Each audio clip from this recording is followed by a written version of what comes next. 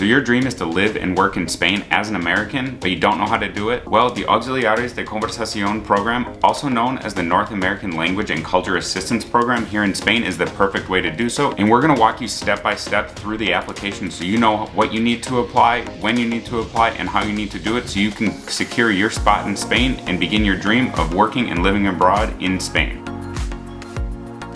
For the 2022-2023 school year, applications open up February 1st on Madrid time. So no matter where you are in the world, you need to check your time zone to see what time it'll be where you're at when it's exactly midnight in Madrid, so you can send in your application, because the number one most important thing, especially to secure a spot where you want to be in Spain, is to get your application in ASAP. So what are the requirements of being an Auxiliar de Conversacion or a North American Language and Culture Assistant here in Spain? First of all, you have to be American or Canadian. Second of all, you need to have a bachelor's degree or be a junior or senior and currently enrolled in college. We'll get to that with the documents you need to submit with your application later on. Third, you have to be a native English speaker or a like native English speaker. Fourth, you have to be in good physical and mental condition. This is important because you're going to need a doctor's note for your visa to come to Spain. You'll also have to be able to pass a criminal background check by the FBI, and you have to be between 18 and 60 years old. You can't actually be over 60 on January 1st, 2023. So now that you know whether you meet the minimum requirements or not, let's take a look at what documents you'll need in order to apply. There are 4 documents you're going to need in order to apply.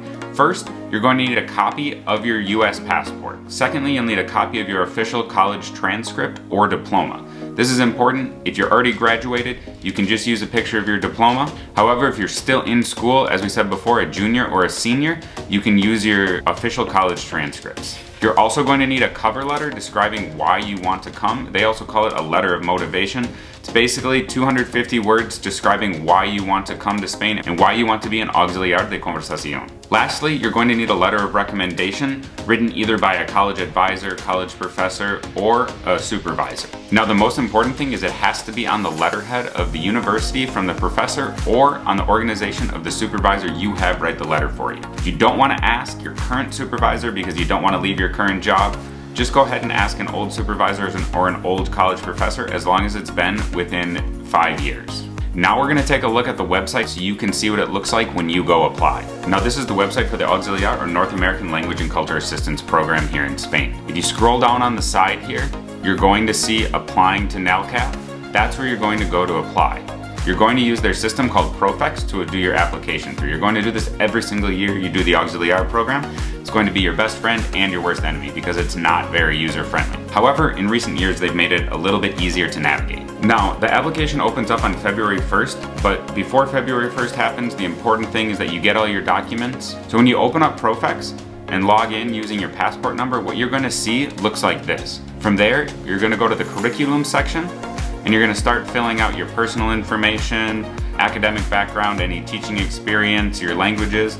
Those are the most important things. They have a full breakdown of it on the actual website for the Auxiliar program that you can see what you need and what you don't need to fill out. You don't have to fill out every single section, and don't really worry about it, because as long as you meet the basic requirements and get your application in early, you're not going to have to worry about whether they accept you or not, because everyone gets accepted as long as they meet the requirements and there are enough places available. So what you're going to want to do before the application opens up this year on February 1st is get all 4 of those documents ready. So your passport, your college transcript or diploma, your cover letter, as well as your recommendation letter. If you have all of those, you're going to be good to go. So when you open up Profex, you can go in here and actually, once you fill out the personal information, you can go down to the attached documents section. When you click there, that's where you can upload all your documents. You're just going to list them 1, 3, 4, and 5 in the order of passport, number 1, college transcript 3, cover letter 4, and letter of recommendation 5. Now when it's time to apply, you're going to do the same thing to log right back into Profex, but you're going to go all the way down. You can either go to Auxiliares de Conversacion or Language Assistance. One is just in Spanish, the other is in English, so it's up to you which one you want to do. If you click on Language Assistance, you're going to click Filing of Applications. From there, it's going to take you to this page with a drop-down box. On February 1st, it's going to say 2023 Auxiliares de Conversación Extranjeros en España / Language Assistant. That's the one you're going to want to do. Before February 1st, you will not have the option to fill this out. The reason for that is it's not actually open, but you can go back and see past years if you had applied in past years. So while it's not February 1st yet, I can't exactly show you the 2023 version. However, every year it's looked the same. I've applied multiple years since 2013, and every year the application has been almost identical. The only addition was really adding the English piece in it, where it used to be all in Spanish. So in looking at last year's application, the first thing you're going to want to do when you go in here and apply is to click New Application, and then the next thing you're going to do is open that up, start clicking, click number 1, 2, 3, 4, and 5. Just put a check mark and move on to the next section. You don't have to upload your documents there because you already have them uploaded in the attached documents section. And if you're missing any documents when you do the application, don't worry about it. Do the application and upload them in the attached documents section later. From there, you're going to click Spain. There's no program in Andorra, so don't worry about it. Click Spain and move on. Now this is the most important part of the application where you, as well as other auxiliares, are probably stressing out the most about. You have to select which comunidad or which region you want to live in Spain. Now it's not 100% guaranteed which region you're going to get, as certain regions only have so many spaces available, and they usually go to older auxiliares who've been doing the program for at least a year. However, you can't just select any region you want. The regions are separated into 3 groups, as you can see here. You have to select 1 region per group, as well as order the groups 1, 2, and 3, 1 being your most preferred, 3 being your least. So you can see here last year, we picked Madrid as our number 1 community, number 2, La Rioja, and number 3, Galicia. It's important to look at these ahead of time and know which region you really want to live in. You know how much you're going to make as an auxiliar. Do a little bit of research about each region. Know if you want to live in a big city, a small city, know how much rent is, know how much it is to go out, to eat, do things like that. In the description below, I dropped our guide. We break down every single region in Spain so you can see what it's like living there, what the climate's like, where it's located, what the average rent is, what the cost of it is, and what people who live there actually think about it. Take a look at that before you fill this section out and before you even start the Auxiliares program. Remember, if you do the program multiple years, you can always change regions. However, when you do the application for your first time, you're definitely going to want to know which one you want to live in. So take a look at that guide below before you even start the application. Back to the application here, the next part, you're going to have to select which language you speak. So if you're doing this as a native English speaker, it's going to be English because that's the language you're going to be teaching. Number 2 is whether you're applying with a partner or not. If you are, select yes with my partner. If not, just select no. Now, if you have children or with your partner and children, there are a few other things to select. However, later in the application, you're going to have to put your partner's name. So if you are applying with your partner, make sure both people put it in and both people put in their full names as it's listed on their passport and in their application. We applied together, we got placed in the same area together. We know other couples who've applied together got placed in the same area together. They usually respect this, and that's great because as we'll get to later, they don't always respect exactly where you want to be. So you can see here, is your partner applying for the program too? Yes or no? And then if they are, what their name is. Now this is the part we were talking about where they don't always respect exactly what you want. So what type of school do you want to be in? There's primary early education, secondary education, Escuela Oficial de Idiomas, which is an adult language school, or indifferent. Now you can select one, whichever one you prefer. There's no guarantee you're going to be in that, even if you have experience. Number 6 is just whether there's anything about you that might affect your duties at the school, any conditions, disabilities, or chronic diseases, etc. So if you have any of those, list them there. Number 7, again, this is one we're not really sure they look at because we've heard different stories from a bunch of different people. Place which size city you prefer to be in. You can select more than one. As you can see, we selected the first one, Zona Urbana, which was more than 100,000 residents. So a big city, an urban area. You can also select a medium-sized town, a small-sized town, a rural area, or completely indifferent. Now, we understand most people probably want to be in a bigger city, more than 100,000 people. However, be open to wherever they place you. People have fantastic experiences living in pueblos. Other people have great experiences living in big cities. No matter where they place you, be open to where they place you. You could have an excellent experience learning a ton of Spanish, really becoming part of the culture in a small village or a pueblo, or you could thrive in a new cosmopolitan big city environment like Madrid.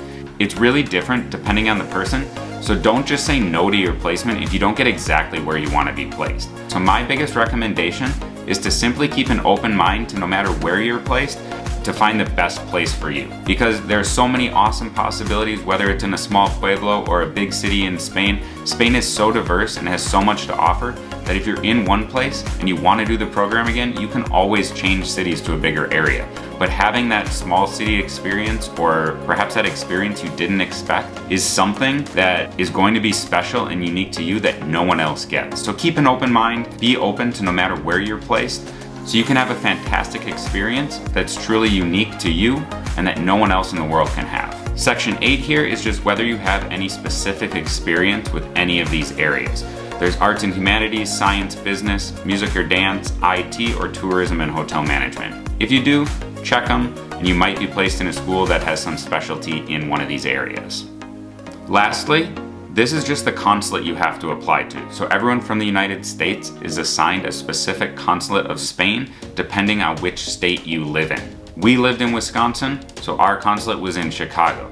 Before the application starts, make sure to search which consulate you need to go to apply for your visa to come to Spain. Now submit your application and you're finally all done applying for the Auxiliar or North American Language and Culture Assistance Program here in Spain. Make sure to check your email to make sure you got a confirmation from them, as well as log back into Profex here, and you should see the application status will say Inscrita. That means you have your application number. And when you look, it'll say here, and whatever comes after this 2AXC and the numbers, that's your application number. The lowest, 000001, is number 1. They're going to get the first placement of any new Auxiliares applying. Second years, people applying for their second year, get preference over everyone else, and then it just goes in order of number. So you can see last year when I applied, I was number 325. That means when it finally got around to me, they gave me my number. There are about 7,000, 8,000 people who apply every year. So remember, the application period is open on February 1st, but it does continue until April 7th. However, if you're even thinking about applying, make sure to get that in right away so you can guarantee where you want to be. If you want to be in a more popular comunidad, for example, like Asturias or Cantabria, that have very limited placements, but a lot of people do want to go to, it's going to be very hard if your application number is high. In fact, it's actually going to be even hard if you're a first-year auxiliar, because a lot of second years go there. However, if you want to be in a place like Madrid or Andalusia, chances are you're going to be able to get that placement just based on the sheer number of placement options they have available. However, like I said, the most important thing is to keep an open mind about no matter where you're placed in Spain, because you can have an excellent experience with this program. Make sure to check out those links in the description below so you can research which region in Spain you want to live in, learn more about how to apply to the Auxiliares de Conversacion program, and you can get started on your dream living and working abroad here in Spain. If you like this video, give us a thumbs up, that really helps us out, and please subscribe, and make sure to check out our other videos about traveling in Spain and what it's like living here as an American abroad. We'll see you over there. Bye!